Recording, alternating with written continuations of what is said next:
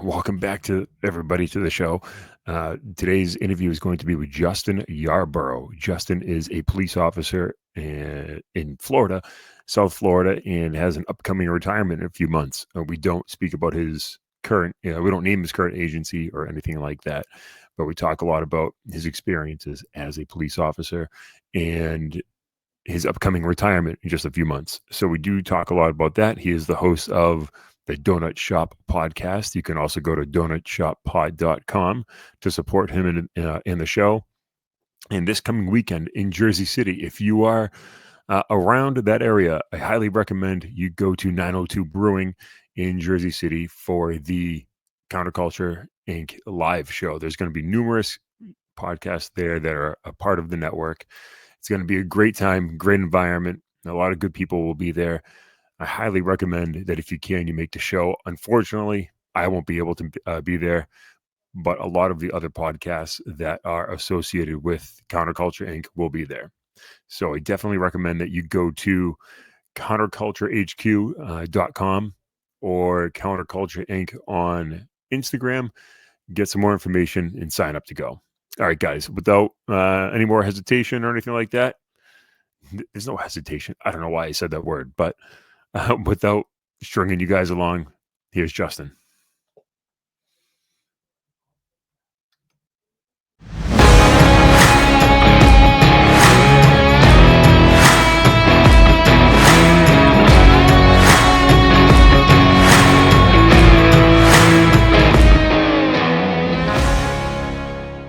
Like when I interviewed Tyler, I was like, at one point I was like, I feel like you're taking over this episode, bro. Like you're used to being a host, I'm used to being a host, and you're almost interviewing me.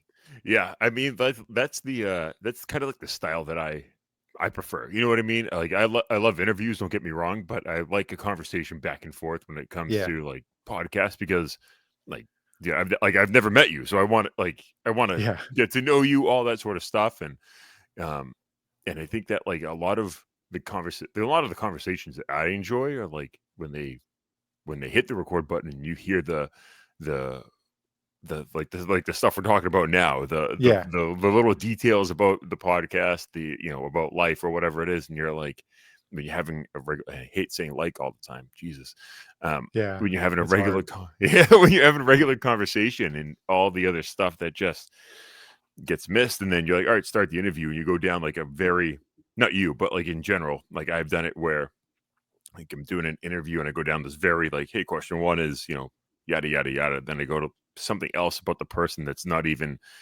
remotely close to what we were like kind of talking about. You know what I mean?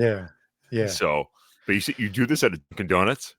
Yeah. So the Donut Shop podcast, it was it's been in a couple different varieties of places. It was in a garage for a while during like COVID, Yeah. and then a guy that owned that owns an apparel company for federal agencies. Basically, he makes like all the federal shirts. It's called Feds Apparel. He had a conference room, and he had said, this was when I was working with my former partner Nick on this, and he had said to us like, hey, I'd like you guys to set up your studio in my conference room because it's a talking point when I have agencies come in to look at the facility. Yeah, we also have a podcast here, you may have heard of it. And so like that was cool. And then he broke up with me via text and kind of took over that studio without me even knowing it. And so and he gave me the Donut Shop podcast for myself. So I was just kind of looking for ideas on what to do, and I don't necessarily want to bring people over to my house to say what's up. And so that there's feeling. Dunkin' Donuts in the area that have conference rooms for meetings or whatever. And so they have a conference table. And so I go there and I pay for a couple hours and rent it. And so it's actually in a donut shop. That's pretty cool. I didn't realize that at the time. I guess obviously I know the podcast, but I didn't realize that you did that part of it. I've done it. Mine's been at my house, and I've done them, other locations, but mainly it's at my house, and it's kind of, for me, it works out obviously, but I haven't had anybody here live in studio, in a while. And actually the last time I have was back up in New Hampshire, and and it was in a spare bedroom where I had set up a studio, and that's pretty neat though. It's like you have the Donut Shop podcast, and you have it at Dunkin' Donuts, and I figured, I mean, I've been down to Florida a couple times, and I didn't realize you guys is Dunkin' Donuts a prevalent as it is up in New England, or no? Yeah, I mean, I know in like Boston, it's on every freaking street corner. Yeah, But yeah, no, I mean, it's pretty big. It's really one of the, we've got for donuts, we've got Dunkin' Donuts, we've got Krispy Kreme, and Krispy Kremes. There's only like in my local area, there's only like two or three, um, and that's it. You've got the grocery chains that'll sell it in the bakery. yeah, Um, but nothing that's like specifically for donuts versus like when I go to LA because my wife is from LA, there's a donut shop of many brands on every street corner. There's just like really not even I don't even think there's Dunkin' Donuts in California or in I don't think LA. so. Everything is smaller franchise type companies that honestly really do have better donuts. But you No, that's know okay. That's okay. I don't I choose other coffees, but Dunks is the one that's right in the area, sort of thing, and I get it all yeah. the time. So, but yeah, tell my 12 listeners, the 12 people who are Oh, dedicated to the program here, tell them who you are and you basically where you come from. If you want to get into agency specific, you can, or however you want to do that. But yeah, give yeah. us a little bit about your background and who you are, and why you started the podcast. Yeah, sure thing. My name is Justin Yarborough. I'm a police officer in South Florida. Per my policy, I do not name my agency. So just got to keep within those guidelines because I do have 9 more months left in the career. And I'd like to make sure I at least see that or reach that pinnacle so that I can properly collect my pension and not spend the last 9 months in some blown out IA investigation or something like that because I dropped my agency name. But yeah, a police officer for well, technically at the end of the month, it's 30 years hired on with the city, and then you go to the academy and all that kind of stuff. So, but at least I'll get my 20-year bump at Yep. the end of the month. So I'm excited about that. It's been great. It's been a really good career. I did, the first 5 years on afternoon shift and midnights. Um, running around, not being a goon, but definitely being part of that clique and being one of those guys and having a good time with it and just police work. It was fun. And now that I look back and I look at the comparison, and we could probably talk about that in the show, the comparison to today's policing in 2025 versus policing in for my first part of road from 2005 to 2010 is a different world. And Yeah, then to I say the spent least. yeah, I spent 6 or 7 years in the schools. It was actually kind of right. I got out of the schools right before for South Florida, a mile marker or a marking point, Marjorie Stoneman Douglas school shooting down here. I was actually out of the schools a month before that, and that's a local school not far from us. A lot of our guys responded to it. Some of our guys even had kids that went to school there at the time. So it's for South Florida, it's a big thing, and it's part of a lot of what our training is that we do nowadays. Of course, so just like nationwide for active killer, that kind of stuff. Yeah, And then after that, I rolled into because I've always enjoyed this type of stuff, the social media, the the talking, the community type explanations, the crime prevention. I've always enjoyed that, and so I rolled into that, like the community resource officer, public information officer stuff. So I was on the news, doing all that, and then running our social media, creating videos, trying to get word out about all kinds of things, crime prevention, community events, all that stuff. I don't ever think I danced. Um, well, I filmed the one of the when they did the Running Man challenge. I okay. did the drone video while one of my sergeants was rappelling down the side of the building, doing the Running Man on the side of the building, on belay or on rappel rope. Yeah. So and then filmed a bunch of this stuff. So yeah, no, I wasn't. I don't think I actually danced in the video, but I did a lot of the filming. Well, Um, that I almost have a pass for. If you're, if you're mid rappel or mid rappel and yeah, you're doing that, I can almost grant a pass. It's not totally. like Yeah.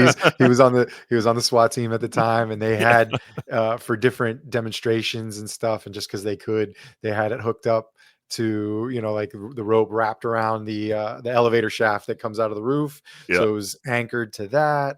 And yeah, they used to, for like National Night Out and some events that were at the PD for the public, they would do like rappel demonstrations and that kind of stuff. So that's awesome. yeah, we can. I guess you're right. We can give them a pass on that one. Um, so yeah, I did that for like another 6, 7 years, and then we got a new chief, and I made him upset because I didn't um, necessarily see his vision for a certain line of communication that he was trying to do, and I tried to suggest other things, and there was a lot of other stuff going on in the department that was really dragging me down, and so I got the boot. So he didn't. He needed a yes man, and I was not being that yes man for him. So it's not what I feel that chiefs need, especially when you're in that role, that you're slightly an advisor of that sort of caliber. Yeah, And so I got the boot back to the road, and it brings back so many memories to be back on the road and doing the same old thing. But it's like I was saying before, it's a different world yeah, that we're policing now, and so much of it is just at least for my agency, we're just pushing bums around, homelessness stuff, mental health, so much more. Like domestics used to be because people were like truly fighting or arguing or hated each other. And now it's because somebody's having, and it's not just mental crisis, it's actual mental illness. Like somebody has mental illness and they're having a domestic. And then it makes it even harder to try to rationalize with somebody. So anyways, yeah. way, No, a lot of stuff to unpack in that description. So yeah, you definitely. There's actually, I'm going to ask you this. Actually, not even ask it. I just bring it up because I brought it up to Tyler because in the midst of our conversation we had with him, I don't know what it is about Florida law enforcement on social media, or more specifically, like Florida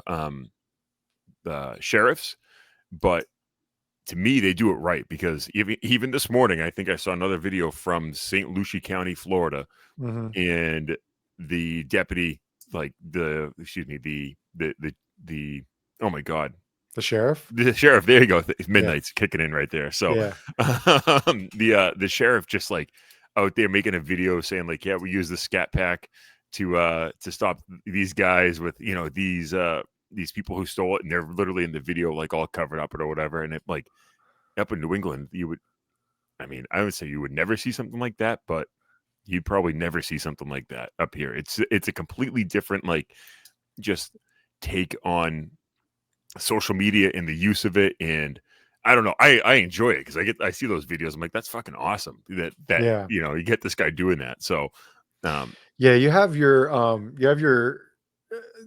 a majority of the state, other than the larger metropolitan areas like Miami area, Orlando, Tampa's coming, make going red. Not to get into politics and stuff like that, but you've got those couple metropolitan areas that have large populations and stuff, but everywhere else is more right leaning. And so you've got a love for law enforcement yeah, usually.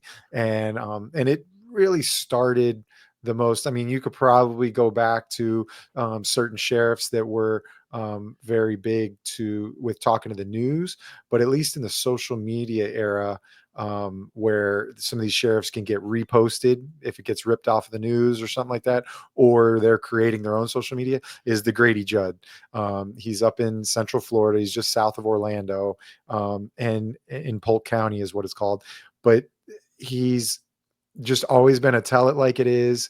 He's been a sheriff for like 30 years or something like that. is he the one And who said he wanted everybody to own guns and all that? yep, Yeah. Yeah, and when one of his canine officers were shot, and they were kind of hunting this person down, and they actually used, it was I think it was Fish and Wildlife that was actually, Fish and Wildlife SWAT team is kind of like a waterborne swamp SWAT team. So No shit. they've got a real interesting. They're kind of like a under the radar, badassery. I think they were actually the ones that. Found this guy, and got shot, and then they unloaded him. They unloaded on him, and in that press conference was when they were like, how can you shoot that man 60 times? And he was like, well, we ran out of bullets. Dude, So that's awesome. and that's kind of like, I mean, I'm paraphrasing, but Right. that's kind of one of those statements that sort of gave, in my opinion, gave other sheriffs and these elected officials, because of the public, a lot of the public's view on that point, like, yeah, this guy was bad. He killed, when I say canine, he killed a dog. Hmm. We want our sheriff's office to defend us and do their work, and not be worried about some of the stuff that some of the metropolitan sheriffs are worried about. Right. And Right. so there they, so a lot of them have learned from him. He's still around, modeled some of their actions after him. And then just with the bombastic nature of social media and what really gets clicks, if you're out there and you're campaigning and running, you want to say some of these things that get you shared, get you reshared. And that's kind of what they do I guess I never really looked at nowadays. it from that aspect of getting the likes and the shares and the actual use of social media for like a political campaign, because every couple of years they have to run one, and I Yep. never really looked at it like that. But as being on as a cop, I would want to go work for somebody like that. You know what I mean? That Yeah. eh, right, wrong. I don't know the story as to why they shot him 60 times and all that sort of stuff. But like, and I'm not saying that the overabundant use of force was a good or bad thing, but every situation has their own details. But the fact that he's supporting everybody in that sort of public front, to me, would be a good thing, and I'm sure everyone down there probably felt the same way about it. Yeah, he runs these press conferences all the time where he'll put placards up, or posters up behind him, and it's got all these pictures, and it's like, we just broke up or we just served 25 search warrants and arrest warrants on pedophiles that we've found either through the crimes against children with the FBI, or however they got their leads, and they went and they wrangled them all up, and it's like, here's all these pictures, and we want our public to feel safe, and their kids and all that kind of stuff. And he'll do these, and he'll always show, I think he's even got a segment that he does on social media where he's sitting at his desk and he brings up, just like Conan O'Brien or David Letterman used to do, like a card. He's got something that he just knows how to speak off the cuff, but he puts this picture up and he's like, this guy was driving through Polk County and he had and like listed all this stuff. And, he decided to run from my deputies, and he gives all this thing. And so that's like what you saw, like from St. Lucie. They're trying to do that same sort of thing. And like in a lot of places across the country, they're having those street takeovers, and Florida's really trying to Yeah, crack down on street takeovers, just because of how some of them have turned dangerous. And so the agencies are forfeiting these cars, and they're trying to build it up, because if they've got a scat pack that's going to run from a Ford Explorer, 4-cylinder that's half electric, yeah, versus a scat pack charger that's part of a traffic unit, kind of thing. yeah, yeah, So they're just trying to, they want their community to know that they're out there, and that they're not just hiding in an office, because a majority of the voting public wants you to do that. Now, I mean, I'm in Broward County, and I don't think they necessarily want you to do that. They just want to see the letter that's next to your name when they're bubbling it in on a ballot. And yeah, and that's kind of how it works in Broward County. But around the state, these voters, they want to see their sheriff out there riding, showing up on scenes, mixing it up, that kind of thing. So yeah. Yeah, we've just started getting I say just started, but more prevalent the street takeovers and right on the interstate on 93 up in here. But it's like a dirt bike gang that's doing it in the middle of Boston, and it's kind of I'm surprised there hasn't been like a violent outburst with that yet. From especially with Massachusetts drivers, it can be a little on edge all the time, 365. So, Yeah. um, Yeah. I'm Extra road rage. yeah. Yeah. I'm surprised there hasn't been something violent like that yet, but they have started getting those. But it's been dirt bikes recently, so um, Yeah.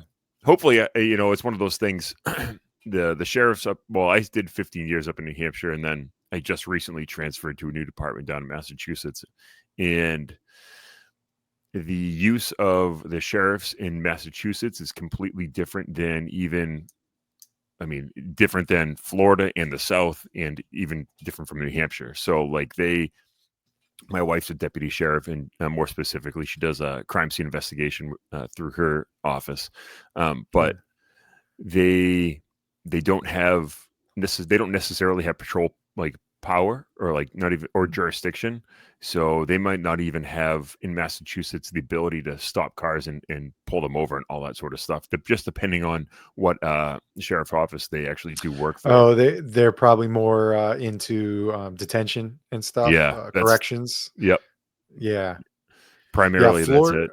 Florida, there's only like two, I think, sheriff's departments that don't run their corrections. There's a separate entity, like up in Orlando, Orange County Sheriff's Office doesn't run their detention facility. They run, or that it's Orange County Corrections is what it's called, Okay. or something like that.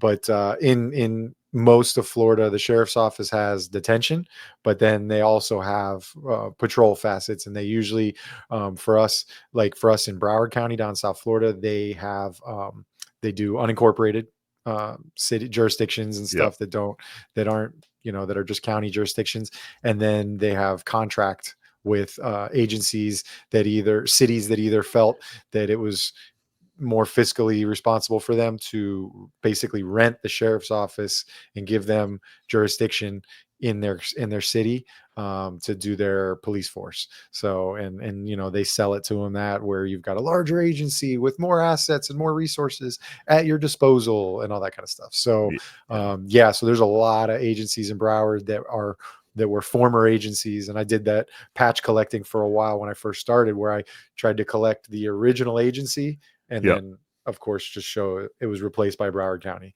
um, or Broward County Sheriff's Office. So there's a lot of cities like that. So it's just the sheriff's office, and then down at the bottom it'll say City of Weston, City of Pompano, or whatever, or it'll just Huh. say like Pompano Beach underneath the sheriff's office. So you just know that car is related to it. But then again, they could be working a detail anywhere in the county, or I mean, it's a county, so they do have Department of Law Enforcement That's capabilities. yeah. That's interesting how it's done down there. I mean, it's comparing like being able to talk to people now, like especially through the podcast that have just they may be from California or Texas or Florida, wherever they're a police officer. Just how it's you think especially like well, I thought it was kind of generally the same, but it's not. Yeah. It's My no, I mean, and then even crazier is they a lot of times now in South Florida they'll run, or I mean in the Florida they'll run the fire department. So Broward County Sheriff's Fire Department.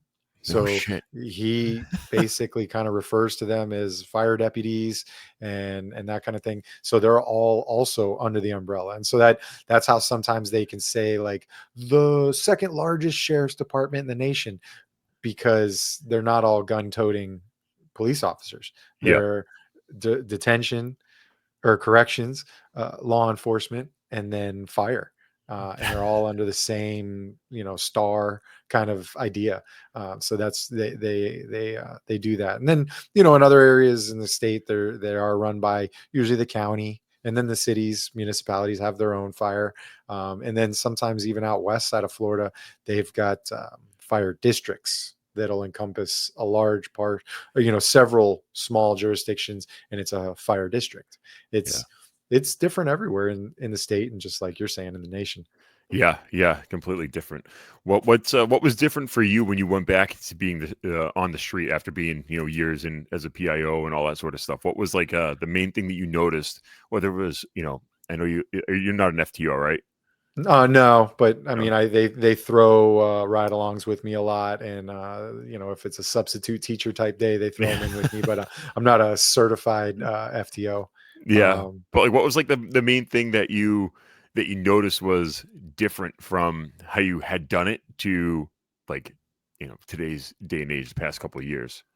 Yeah, well, for one of the things in my agency, it was the addition of body cams. We've gone through two different companies, and now we're finally at the second company being Axon. Now we're with Axon, and that is a different. I looked at it from outside.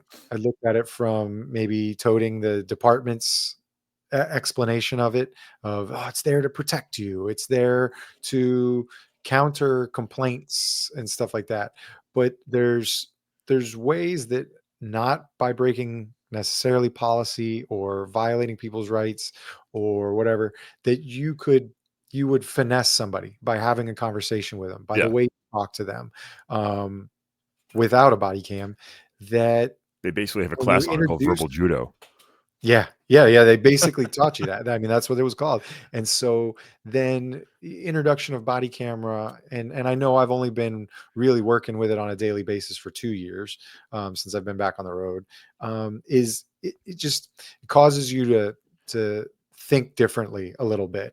And Yeah, people could argue that that's a positive thing, but I could argue that in certain circumstances it's not. And knock on wood, have I been in trouble for talking to somebody in a certain way or whatever? No. So it might just be all in my head or in our heads. And I can tell you that over the last 2 years, it's definitely phased down to where I've kind of cared less if it's going or not. I don't know if that's senioritis looking at the end of the tunnel, or if it's comfortability in, just doing my job and I think knowing. it comes with it probably came with experience with using that, right? Yeah. Because I know for me, I don't talk to people necessarily any different than I had prior to the body cam. You know what I mean? Yeah. So I've always I was always taught to basically like just match their I guess education level is Hmm. the correct term, but there's some phrases and some wording that suits one population over another, with regards Totally. to like Yeah. how they understand what you're actually saying, and if they're picking up what you're trying to put down, and so Yeah. I think as long as people can articulate that and officers can articulate as to why you were talking to somebody in the manner that you were, um, I mean that it's only coming from me, so I'm not your boss, but like I don't Yeah. have a problem with that. You know what I mean? No, definitely good advice, and it's a good point that and like I said, usually the words were never and I'm thinking from the brand identity, brand protection mindset of like a PIO, Yeah, where when that video gets released and I have to read all the horrible comments on social media and the people calling the department and me volunteering to take those phone calls, instead of the 90-year-old front desk person having to stress out and have a aneurysm or stroke yeah, because the horrible things that are being said to them on the phone by some person completely in another state that knows nothing about Florida law enforcement or anything about anything. Anyways, but I read some of that stuff, and I think that's a almost like a training scar or a traumatic thing that kind of is ingrained in me to do that double think and yeah. like Well, you're go used to way looking at far it. out. Yeah, you're Yeah. used to looking at it from a different way, and I never really had to. Knock on wood, haven't been called on the carpet for anything like that yet. Yeah. So, um, I guess that's it. I mean, that's kind of that would be kind of a shitty position to be put in, but as the PIO and doing all that sort of stuff and having to answer for what was said on a body cam, but at the same point, I think most people can understand that, but they're only going to see that 5-second clip of from when that officer started to when that officer ended, and they're not going to see the minutes or half hour leading up to that and how the person was probably talking to them. Totally. Yeah. I mean, I had to deal with one of our biggest and like worst type scenarios for that, and we had people to where they were calling all the time and screaming and yelling and stuff, and so I had everything forwarded to my desk, and like I'd leave for the weekend and I'd come back and there'd be like 60 missed calls, 30 voicemails, and then I'd just kind of like I'd listen to them and like go through them and write on my pad if they wanted to call back, all that kind of stuff. Is way above and beyond what I truly needed to do, but I felt a calling to it that I could make the best out of it. I could use it for crisis communication training for myself, because a lot of these people were in their own mental crisis Yeah. for whatever they were, and so it was in me to use this opportunity, like I was in a submarine, to talk to them and kind of work through all this with them, practice the craft of being able to explain the scenario while still, you know, maintaining institutional integrity of the investigation and that kind of stuff, and then, you know, a bit of negotiation to get them to come maybe to my side and understand it. And so that's kind of the, I try to find value in everything and like what I can get out of it, so I'm just not wasting my time. And so I'd take all those notes, and then a lot of people would leave the office by like 4 o'clock, and you know, I mean, I'm still technically working till 6. So I was like, all right, let's get to it. I'd pretend like I was fixing a cocktail, but I wasn't, and I'd just sit back down at my desk and go, all right, first one up, and I just call that number and see Rip what that kind band-aid of right off. horrible stuff this person would have to say. And some of these people were just like, I didn't know I was going to get a call back. And sometimes I'd catch them off guard because they'd be super fired up because of whatever they were doing on YouTube and in their basement and stuff. And then I'd catch them walking out of the store, calling their phone, and they're like, "Oh, hey, well, I need to, I need," and they're completely caught off guard. And I just go, do you want me to get you started? This is what you said on the voice, let me refresh your memory. And so I was just, so, and I'd You can say have I you can probably have got, some sort of fun with that. You know what I mean? From I could, and, yeah, but then definitely it drained on me a bit mentally yeah, after months of doing it. But sometimes sometimes I'd break through to these people, and they'd be like, "Wow, okay, all right, I didn't think about it that way, officer." And I go, "That's all I'm trying to do. I'm not trying to convince you. I'm not trying to force you to believe my way. I'm not telling you you're wrong. It's how you feel," and I just kind of go through it with them, and they'd go, I appreciate. And so that was also my way of kind of picking off the enemy force that was coming to destroy us, was one at a time, hearts and minds, just knocking them off, getting them out of there. And then everything started to sort of like taper down, taper back. But that's just with society anyways. The hot button topic is only good for a while. And as a public information officer or social media engagement type thing, you just got to keep pushing on with your messaging of whatever you're doing, and allowing these people to use their freedom of speech and that kind of stuff. And they're just going to see that you're not letting them affect you, and that you're just doing your job, and then you're going to keep going. And yeah, they'll still pop up once in a while, but they definitely tapered off, either because they moved on to another national story that they wanted to champion, or they maybe finally said, well, this department's moved on from that topic as well, and they're going to continue doing their job and try and do it better or whatever. yeah, yeah. I So mean, all the years spent as a PIO in front of the camera, I guess starting a podcast would have been like an easy transition for you. You know what I mean? It wouldn't for me. It was difficult to so to not say like all the time, and to actually sit down behind a camera or in front of a camera and hit the record button and not just say, oh, stop that one, it sucks, restart it again, and stop that one. And it was difficult for me, but for you that transition must have been a little bit smoother, I would bet.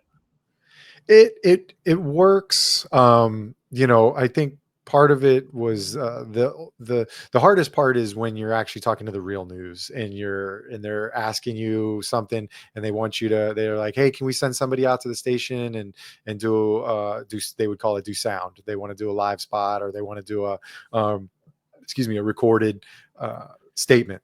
And so once you kind of learned that, like, and got the original butterflies from the first time with them out, and is and then and I'm all about building relationships with that sort of thing, that once they know they can trust you and they know that they're working with you right, and there's still a few snakes here and there, but at least for our local news, that a lot of them they'd sit there and BS with you and rap with you because they're all normal people, and then you got to guard yourself a little bit. But Yeah. when you make your statement, they're going to work it out with you, and they'll feed you questions sometimes, if it's a feel good story or if it's a medium story. I mean, obviously, if they want to destroy the department, you've got to, that's when you put your chief out there. But because that's why they get paid the big bucks. But, Exactly. so it's good. The part about podcasting that's tough is the technological side of it.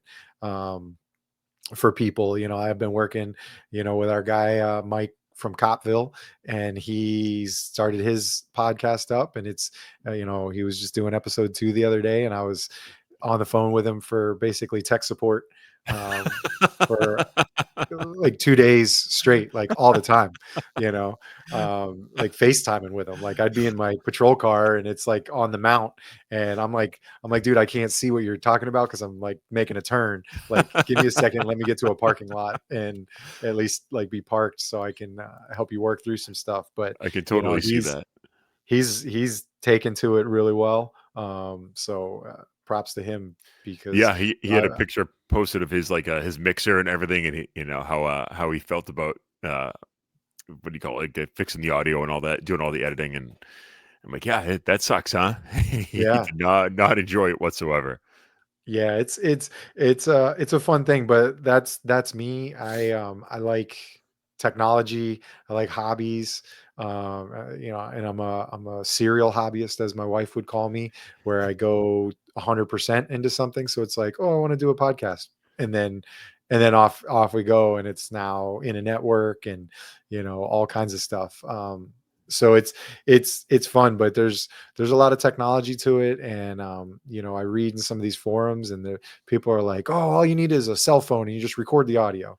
And it's like, well, what type of podcast do you want to do? Yeah, And yeah, how many, are you trying to get a couple hundred listeners, 1,000 listeners, whatever, or are you just trying to do, 5 or 6? yeah, um, because that's what people that say it's easy, they have only a few listeners, and it's usually their best friends and their mom. So and a colleague at work that's putting it in the background on their desktop and just letting it run. yeah. um Making so comments about it as they're doing their own reports. yeah, so but it's fun, and I find it interesting. And then I learned to go to that PIO stuff with working in the news. I've learned some of the techniques maybe that they employ and they do, as far as camera shots and angles and everything. And so I've found that really helpful to me. And there's and I've been to classes and seminars and stuff where we work closely with the media, and what they do. And so it's cool to now be basically like a journalist, in many ways.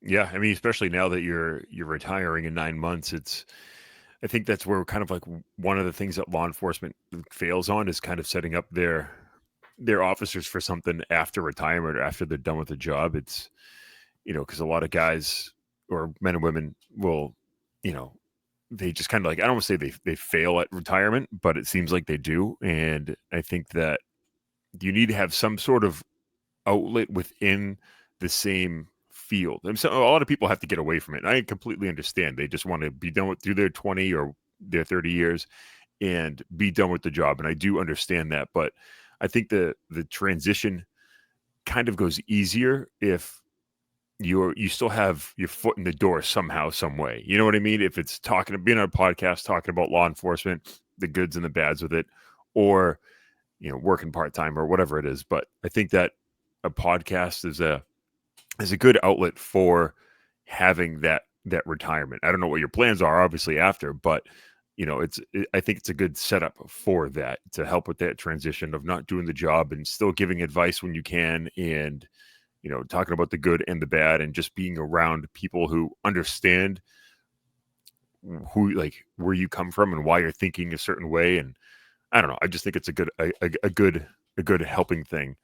Yeah, I mean it is, and I mean a lot of law enforcement gets into training because there's always a conversation of the lack of training Right. in the field, and it is one way for us to impart knowledge. Because everybody's got knowledge, and we talked about this earlier, that everybody's got knowledge in different aspects from different parts of the country, and to be able to kind of put everybody's heads together, um, helps share information and spread the information of best practices and how we're working together. But into where, like myself, and you kind of mentioned, separate yourself, and I've always been somebody that like almost had two lives.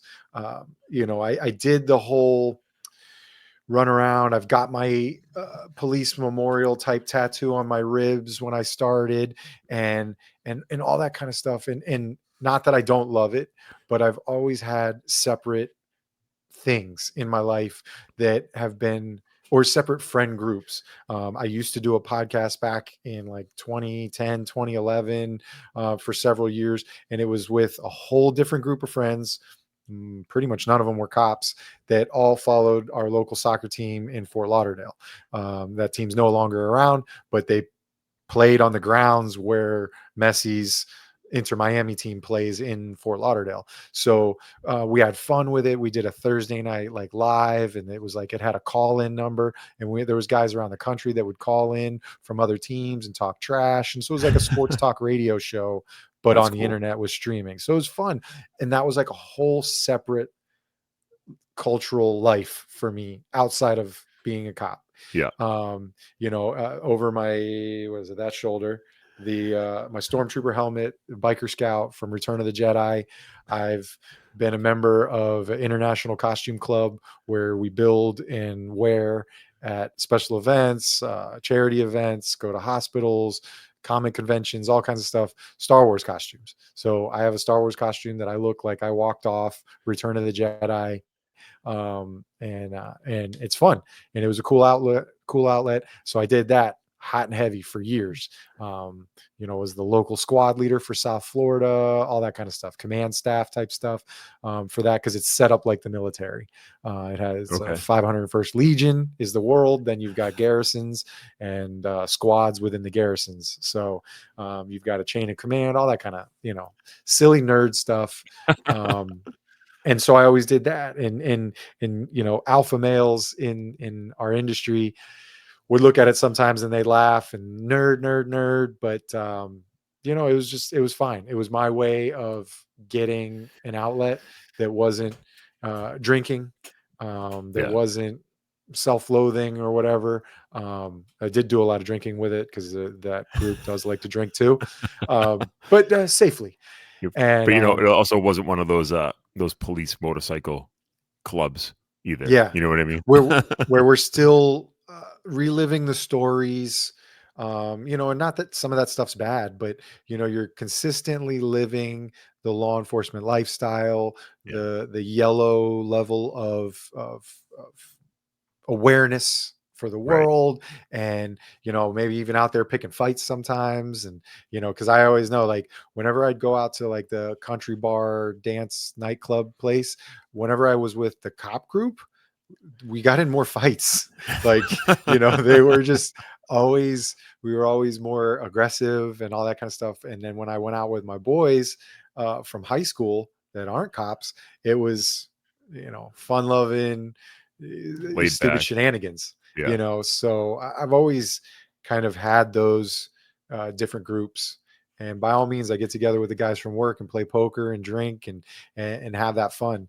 But You need to have that. It's one of like the pieces of advice that I give any trainee, is to have friends that aren't law enforcement, so you can yeah, have like a normal life and you're not always on, like you said, level 4 or yellow for like your awareness level, or just you can actually like take a step back from that for a few moments and Yeah. have that outlet of, you get around, like, what do guys talk when you go out to eat, you go for a drink with the guys that you work with? It's always about work, and it gets a little Work, money, yeah, retirement, uh, IA or punishments or this or yeah, who's banging who, and it's just sometimes, not always, but it's just yeah, it's that negative yeah. festering sometimes. At least it may be different in other agencies, and I know other agencies in other areas, especially smaller agencies, may have uh, better morale with that. But I know at least our guys, there's a lot of shit talking. um I'd say yes and no, because I've worked for. I mean, I haven't worked for a large, like, the largest one I've worked for was about 70, and then okay. I'm back at one in Mass now. It's like 14 full timers, and so it's a Okay. lot, obviously a lot smaller. But I mean, the just in my experience, because I've worked at one a little bit smaller than that, and it's the negativity is still there, even with small agencies. You know what I mean? And I mean, Yeah. the positivity is there as well, but for some reason, all I remember is the negative stuff with a lot of the other agencies. So, um, And sometimes for the career and the industry, like I'll call it the industry, and for people looking from the outside, we're not necessarily bitching, but it takes that. There's a mental capacity to do this job, to see the worst of society on repeat all the yeah, time, yeah, and to be able to internalize it and how it affects you and how you outlet it, and some of the things you need. Sometimes you need to sit there and play poker and smoke cigars and drink whiskey with the guys to make as a form of therapy, but to always do it yeah. could put you in the negative. I So can't say yeah, smoke it's cigars in Massachusetts because I'll get fired if I do, which is ridiculous. gotcha, But gotcha. yeah, no, Yeah, I don't give a shit. I'm still not yeah, editing that no. out. But like, No, I know that, we have those industries for sure, or I mean, we have those agencies for sure that you sign the medical clause for that kind of stuff. So, not that's not something with mine, I didn't but realize it was a thing until I came to Mass, and I'm like, what? And they're like, yeah, if you get caught smoking, like, cigars or a cigarette or whatever, like, they can legitimately fire you on the spot. I'm like, that's wow, that's yeah. ridiculous.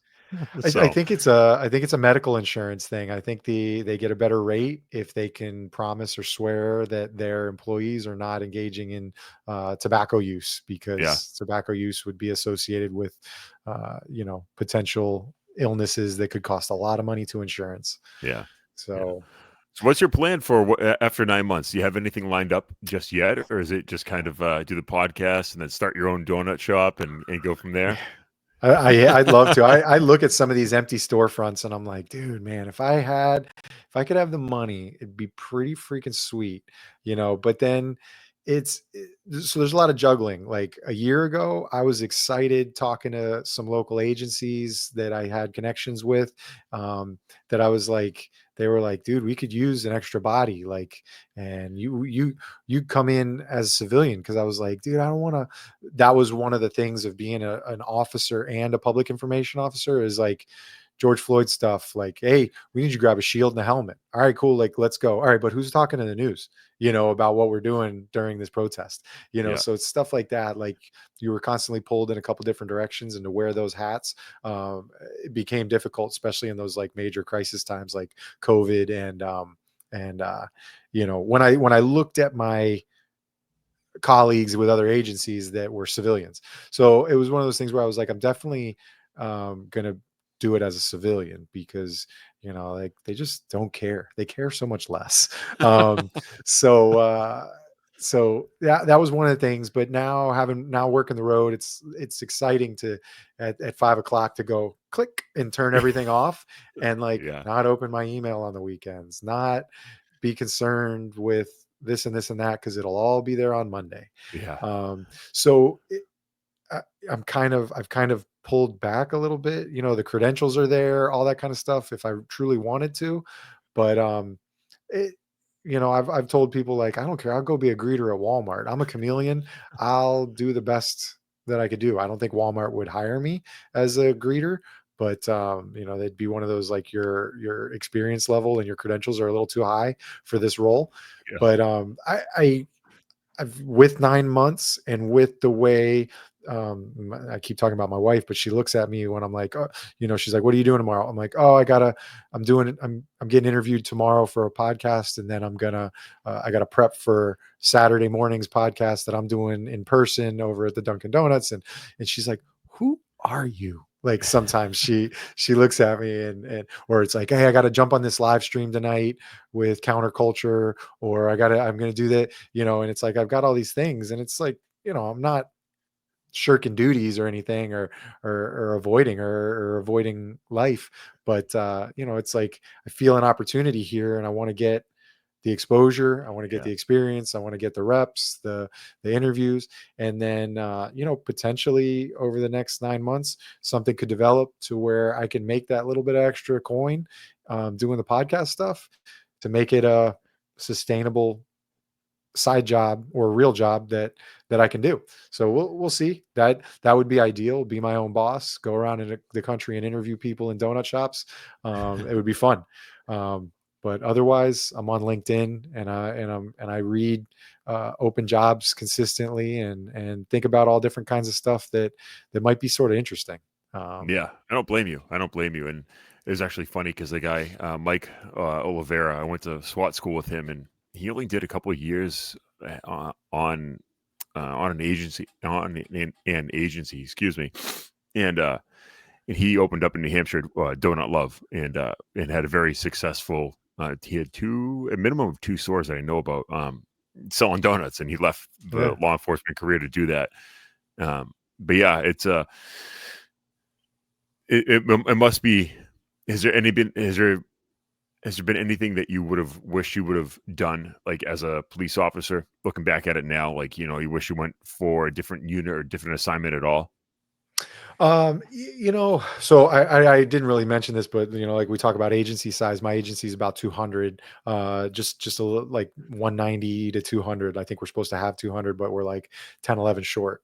Um, so, medium sized agency in the scheme Yeah, of things, because that's there are so many that are 14, and stuff. So I think because at the time in my career, like when I got into schools, one of the like kind of carrots that was dangled in front of me was like, it's a great opportunity when you're in the schools to do some studying for the sergeant's test and do all that stuff. And I think at the time my quote or my phrase was like, dude, I don't know if I want to lead these fucking people. And I think now at this point, not that it's a regret, but it's something where I feel like when I'm on some of these scenes, and they could be some of the most minor scenes, and you've got um younger officers kind of deer in the headlights or looking around, there's opportunities that I take, and it's what a senior officer should do, and it never be, I mean, all officers should do it. If you feel confident and comfortable with what you're looking at, and the roles of things that need to get done, stepping up and just doing it. yeah, And it's definitely something that I think a sergeant can do. They're not always on scenes and stuff, but that's one of the roles that they take on, is they have to, either redistribute your officers for the scenario or run it via radio, that kind of thing. And I think, like, all right, yeah, maybe I could have led these people. I think I could have done, to a squad format, as a supervisor. Maybe I should have dove into that, the studying, the testing for sergeant and all that kind of stuff, because it doesn't hurt just to study and go through the crucible of trying to become a sergeant, because it can make you a better officer or detective, that kind of thing, knowing what your supervisors have to know. But so that's probably the only thing that I'm like, man, kind of, I maybe missed an opportunity there, but I'm not upset about it. It is what it is, and I'm at the coming up on the finish line, and I'm happy about what I've done and where I've been with it.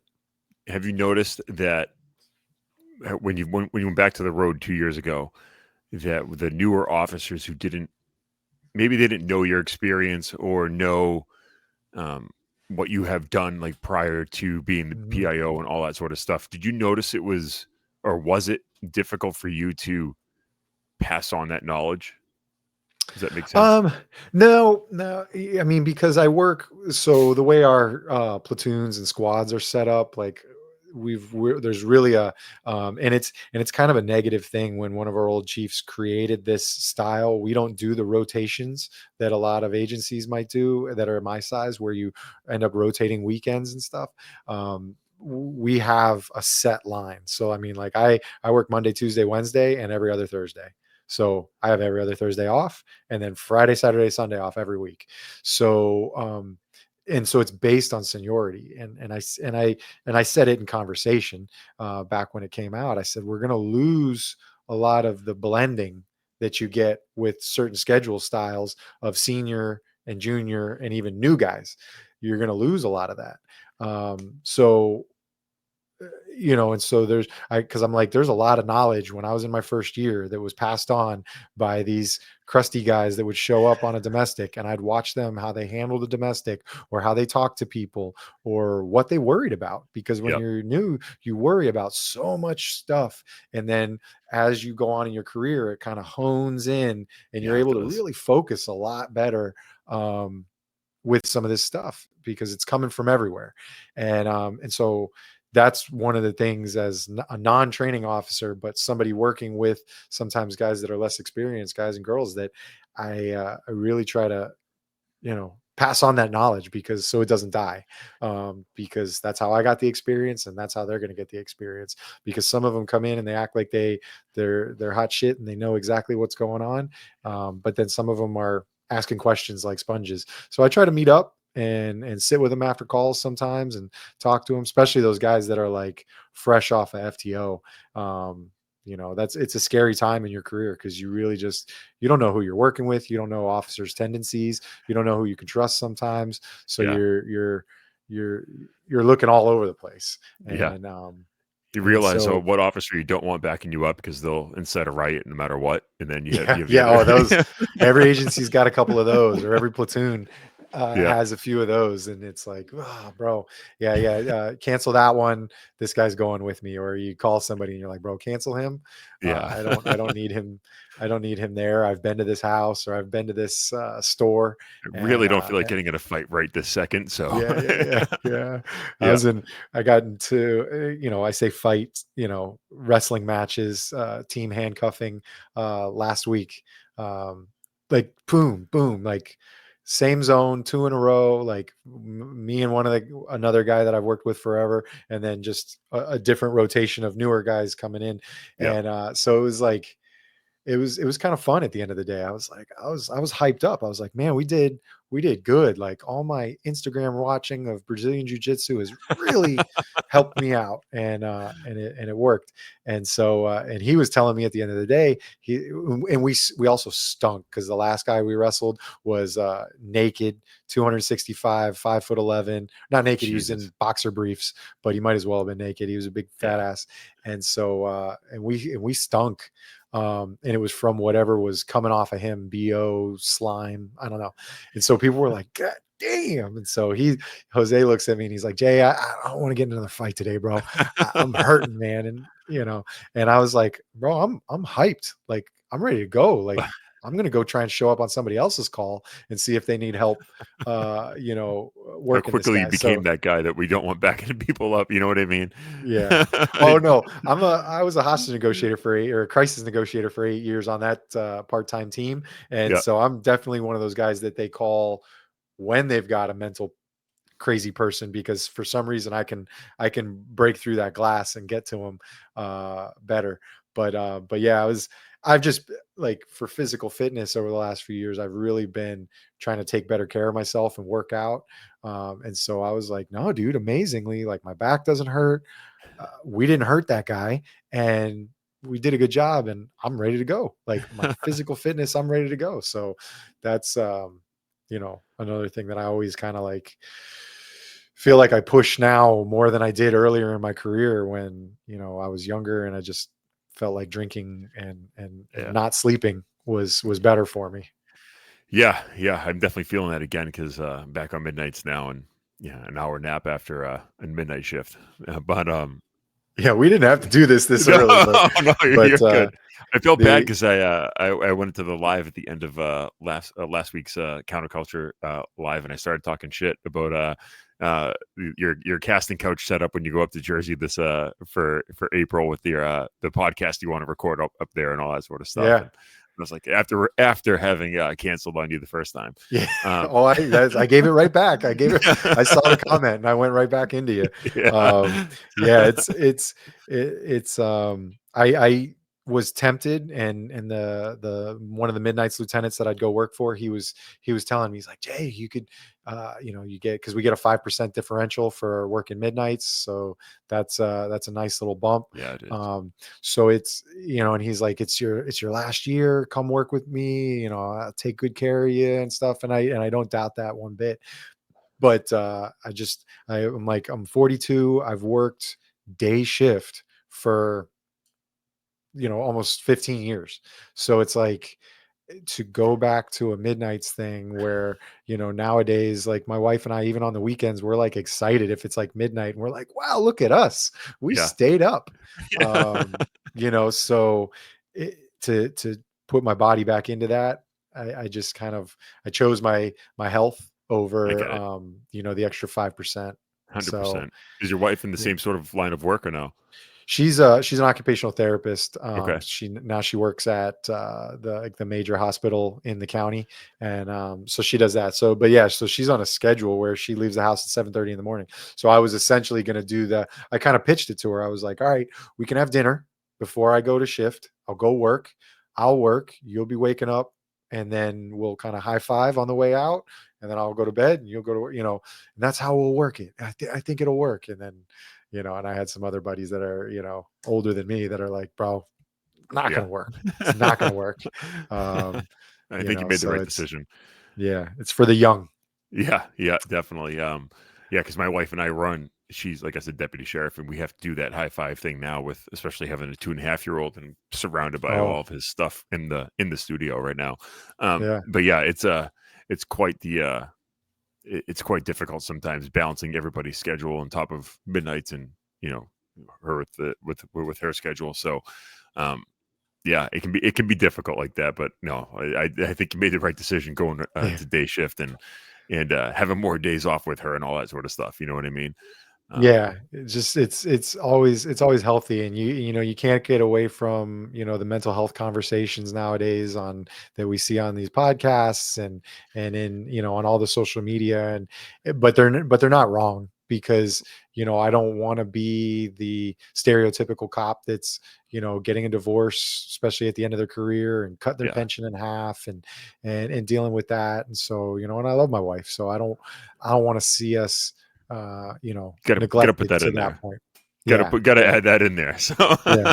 She's she's probably not gonna watch, but but she knows it, and it's and I find it important to say stuff like that out loud, you because have to. on this kind of stuff, because other people need to hear that, and they need to know that that's a way to live life. And sometimes you can't avoid things, and things go Yeah, bad, and things aren't always meant to be. But when you have the opportunity to see somebody that's romantic, or see someone that cares for their spouse, or their family, or if they have kids and stuff, I think that's always important to show that kind of stuff, because we all tend to mimic sort of what we see on social media. That's a big problem with social media sometimes, but I yeah, think there's positive things you can get from social media, and you know, try to put that out there in the world.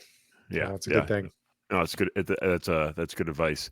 Your podcast. How long have you been doing Donut Shop podcast for? So 2020, I started it with a guy that works for City Miami, Nick Perez. We had done a bunch of work on his YouTube channel together, and it was just we always vibed well together, and we were talking about things, and we started. So we did a couple videos on his channel that was like us talking, kind of like a podcast. So we were like, yeah, we should get this started, and he has a lot of law enforcement connections, so we were cranking out episodes and having fun with it, and went through our different transitions of locations and stuff. And I kind of came up with the idea originally, and we were trying to figure out names, and I was like, donut shop, like, we'll play on the joke, we'll give it the humility of donuts and stuff, and being comfortable with it, because usually if you greet someone with the humility or the joke, they really can't come at you with it, Yeah, that's right. or feel empowered by making fun of you eating donuts. And then we all know as cops, like, wherever you are, I was in Subway the other day eating a sub, and it's like, of the 5 people that walked in, 2 guys were like, one guy came up to me and wanted to ask me a full boatload of questions about the electrical company. Like, he's asking me and I wanted to go, what do I look like? Like, what do I know? But I engaged him. I talked to him. I gave him my thoughts, which are really just thoughts as a man, or as a citizen or a civilian that pays bills, on what I thought was correct, not as a police officer. And then there's another guy that was just like standing there ordering a sub, and he just like looks over the counter at me, like, and he, hey buddy, how's it going? And I'm like, why? You wouldn't talk to anyone else in this Subway, but you're talking to me because I'm in a uniform, which I get that. I'm fine Yeah. with it. And so that's, you, and other times people will come up and you meet somebody interesting, and they tell you a cool story, or they talk to you about stuff. So that was the donut shop. Cops in there writing a report, or taking a break on midnights, and somebody interesting comes in, and that's the idea of it. And I think it kind of works fun that way, and people can relate to it. Where do you go? Where do you see the podcast going in the next, like, I guess, near future? Like, what's the expanding for you look like? Well, I know, like, I've talked to Reagan from Counterculture, who runs Conduct Unbecoming, and then the Unbecoming podcast. And one of the things that Counterculture as a media organization is trying to do, with bringing all these podcasts in, is that we all have different styles. We all have Yep. different expertise in what we've done in our careers, different fields: military, law enforcement, firefighting, EMS, first responding, or just general life. So we all bring different things to the table, and I think we can all, um, sort of make a cool team. I told him the other night in an interview, kind of like the Power Rangers, Power Rangers or Voltron, whatever era you might be in, that all those, that they form one bigger entity, and do something better. The Avengers, whatever. And so, we're trying to bring kind of news, current events, current Yep. stories, interviews to other first responders, police, fire, military, that kind of stuff. So to make kind of a company that does that, and I can use some of that experience that I had on one side of the microphone, and use it on the other side of the microphone, and maybe interviewing those guests. We did that live stream a few weeks ago with Anti-Hero, and we talked about dancing cops, and it came up the emo cop. Well, the internet found this person, or this guy, Jake, through looking at stuff on the video, and they found him, and he ended up creating social media accounts, and he went to Tyler with Anti-Hero just because they were the biggest name, kind of replied to him and talked to him, and Tyler was like, dude, I think you can nail this interview. Why don't you get him? Why don't you give him a call? You want to do the interview? So I think that's a cool way that we can all work together. Like, hey, I can't nail this interview, or it's not my style, or I don't have experience with this guy, so I might not be Right. able to talk to him. But I love Senses Fail, the band that he was singing on that stage. I'm like a elder emo, where I love all that kind of rock music. I went to all the concerts. I still go to the concerts. So I felt like I could have a good interview with him, and talk to him while it's fresh. Not, hey, let me Right. schedule this for May, 2 months down the line, and nobody remembers what we're talking about. Right. So Right. stuff like that is fun. I want to travel more. I've been to Iceland. We went to Iceland last June, for my wife's 40th birthday. And I have a friend through my Star Wars group that lives in Iceland. He's Icelandic, and Oh he shit. has been a police officer. He was a police officer for 26 years, and really, like, a month before we visited, he had just resigned. They have a different social security type work status in Gotcha. their society in Iceland, that he can move jobs, and it's all their pension is not different agencies, whatever pensions. He just pays a little different rate when he works in a different job. So he resigned and left and retired, whatever, from the Icelandic police force after 27 years or 26 years. So I brought my gear and interviewed him in his dining room of his house, talked to him about the differences of law enforcement in America versus Iceland and his experiences, heard some stories about Iceland and all that kind of stuff. So, I think that'd be a cool thing to do. Go around and just really just talk to people, about their careers, about the field, and give society or people an opportunity to get educated on what they see, Yeah. with that. Yeah, I think it's good because it's the network. I mean, just in general, like having a network of people that are like doing the same hobby as I call this a hobby for myself. Because Yeah. I mean, I think I've made like a total of $5 Yeah. off of your purchase. So thank you very much for Yeah. that. Um, Yeah. Thanks. Yeah. Likewise, I think your shirt's getting delivered in the next couple days. Awesome, awesome. So Yeah. like, just like having having the network of people that doing a podcast, same genre sort of stuff. It's paid off for me just having other people. And when I first started this, I was on a podcast called Things Police See with Steve Gould, who was a police officer in Massachusetts, and then he ended up interviewing Scott Medlin, who he actually recommended him to come on my podcast, all that sort of stuff. But just, I guess my point is just having that network of, hey, I might not be well suited for this, but as a whole, like you might be better for interviewing whoever it is, like the emo cop for example, and it still serves like us a good purpose to have you do it because it's broadening, I guess the the entire network itself. Does that make Yeah. sense? Yep. So Totally. Yeah. Yeah. We it's interviewed. We had Scott. Scott Medlin. yep, He's a great dude. He actually lives down here now. He used to live in North Carolina when I started communicating with him. And as a podcast, we hadn't really gotten this yard stream thing or stream yard thing figured out. yeah, So I my biggest thing was, it was always like, hey man, we really try to do stuff in person. So then I think I think he reached back out and he said, "Hey, Justin, FYI, I live in, I think he lives in like Port St. Lucie, which is about an hour and a half, 2 hours away from me."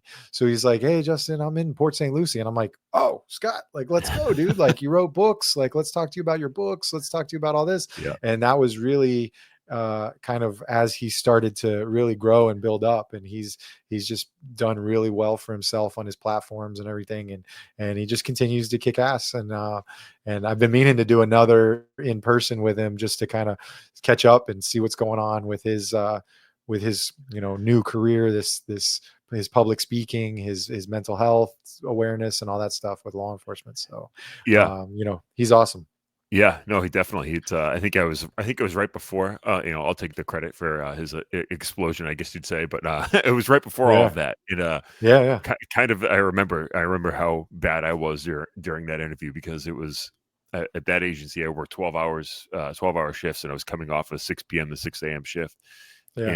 and it was also one of those like just off the shift, like a couple hours later, let's get this thing rolling, no sleep. And I think he recognized that in me who was giving him the interview, and it was Yeah. I'm doing a lot better with yours than Cool. I Yeah. was doing with his. Yeah. So um, Yeah, it's s- it's fun, So yeah, it's cool, and that's what I like. I'll talk to, like, it doesn't necessarily need to be all cops and stuff. I talked yeah, to the episode that's been running this week. It's been was a guy that I saw on a call, so it's related to work, and he's into he plays wheelchair rugby. He's paralyzed from like the nipple line down, and he is technically considered a quadriplegic, and he was super cool. Was a fun interview. Whether people are really just tuning in to me to hear law enforcement stuff. I think it's cool to broaden your horizons and then kind of see that law enforcement doesn't always talk to law enforcement. We talk exactly. to other people. We meet interesting people on the streets every day that have interesting stories. Most of them have horrible stories, but people have interesting stories. Yeah, no, it's right though. I mean, I had a friend of mine who was on Naked and Afraid, Oh yeah. and he was on the show, and it is again, it was part of like the reason as to why I started my own. It was to kind of like broaden, to show people that like we're not just like these robot cops, and all that sort of stuff. And I think that it is important to show like just that other side of law enforcement, because back then when I started, I mean, same thing, 2020 was George Floyd, all of that sort of stuff. It was kind of, Yeah. it was very demonizing what we were going through. So that was one of my intents of starting the podcast. But you're headed up to Jersey City for the live, right? Hell yeah, hell yeah, yeah. I'm trying to figure out. I'm trying to figure out a game plan because I was listening to the squad cast last night, and Tyler and them are still going to stay in Orlando for Thursday, and then they're coming up Friday. I'm going up Thursday morning, like because it's my long weekend anyways. So I'm gonna try to get as much soak as much in as I can. Like I I've don't been to blame New you. York and stuff, but I've got friends that work for NYPD and buddies that live over on Long Island and stuff. And so I'm gonna try like this weekend to like get kind of a schedule. Like, hey bro, when can I see you? Like almost like book people. And then if there's an opportunity that I can do some interviews, I'm going to bring some of my gear and try and set up some actual podcast interviews. One of the things that I was thinking about, I haven't said this out loud, but is almost do kind of like a talk show, like a late night talk show. Like, all right, we're gonna bring in another guest, and have like you booked at like 9 a.m. on Saturday morning, and then have you and I don't have to talk for an hour. We talk for Right. 15 minutes like you would do on Jimmy Fallon and talk about the show or whatever, and then make that one whole episode for Donut Shop podcast and just the magic of editing, not Yeah. realize that it's 2 hours later and we only talked for 15 minutes, but now I'm bringing in Tyler from Anti-Hero or somebody else from one of the guys from Tone Alert are going to be there from California, so I've never even talked to those guys, so I want to see it as a cool opportunity to talk to people. And so I want to kind of do separate from the live that we're going to do Saturday night, do something for my own channel. Yeah. um I don't you blame know you. That's an interesting. I never really thought of like a podcast like that, like setting it up like Fallon or whoever it was, mhm. and like that would be a really good idea, and just to have all the different aspects of everybody there and their experience about coming up there Just and doing a live. do it on for my channel, exposure for counterculture or whatever, and I'm just spitballing now. It's like episode 51, counterculture takes New Jersey, Yeah. and it's like, and then just me sitting there first, just like Fallon would or somebody, and doing like a monologue. Hey, what's up? This is what counterculture is. Da, da, da, like this is the media company. What I'm going to do over the next course of this next hour of this episode is I'm going to bring through some of these podcasts so you guys can learn about some interesting podcasts. Maybe we'll have some funny little anecdotal stories or talk about what we drank the other night, the night before or something, or hey, we're hungover or whatever. Talk about that and then roll everybody through and just cross pollinate, promote, for that. Yeah. So Awesome, man. I think I think, and then, hey, it's a filler. Or if the episodes are long enough, I'll just use them as individual episodes for the next couple of weeks. And I'll take a few weeks off of Yeah. renting space at Dunkin' Donuts and, and, and, I don't do blame you. That's what I would do too, because I'm trying to, kind of like I want to get like a backlog going. That way, I don't yeah. have Oh, to it's the always be best. always be concerned about that upcoming week. And yeah. So, Justin, dude, I appreciate you coming on the podcast this morning. Of course. In rescheduling from last week to this week. Where can Yeah. people find you, and where can they find your podcast? Where can they find your social medias? Easiest place is I like to just send everybody to the website. So donutshoppodcast.com has links to all the social media, which it's like Facebook, Instagram, YouTube, TikTok, all that social media, and then all the podcast audio platforms as well. Cool. So all of that can be found through donutshoppodcast.com. You can get all those links, and please subscribe to the YouTube. Even if you don't like to watch YouTube videos, subscribes always help. And give it a follow. And then again, in that website, like you found a T-shirt. There's a bunch of swag in there. I didn't want to totally take over with wearing all my swag and stuff, No, but that I would got have been fine. I got hats. I got a hat for you in Jersey because you're going to Jersey, I'm right? not. No, no, Oh, I thought you were unfortunately. going to Jersey. Ah, No, damn. I, All right. I, I can't. No hat for you. I can't. It's one of those new Oh, PDs, that's right. low time off sort of thing. So, Yeah, you said new unfor- guy stuff. But yeah, yeah, man. So yeah, it's I got swag there. That always supports the show. Helps me rent that room at Dunkin' Donuts so I can keep doing more episodes. So because nobody's out here really making any kind of big bank. So I appreciate it. But yeah, donutshoppodcast.com. Check it out. awesome, man. Thanks. I appreciate it, and look forward to talking to you again. All right, cool, man. All right.